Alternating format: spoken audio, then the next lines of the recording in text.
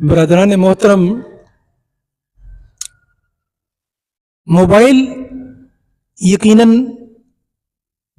ایک ایسی چیز ہے کہ جو جدید ترین تقاضوں کے مطابق ہے، لیکن اس کے اندر دونوں پہلو ہیں، شر بھی ہے اور خیر بھی ہے، لیکن خیر کے لینے والے بہت ہی کم ہیں اور شر کی کثرت آپ دیکھیں۔ قرآن کہتا ہے وَلَقَدْ حَقَّ الْقَوْلُ عَلَىٰ أَكْثَرِهِمْ فَهُمْ لَا يُؤْمِنُونَ، اکثریت جو ہے وہ بے ایمان ہوں گے۔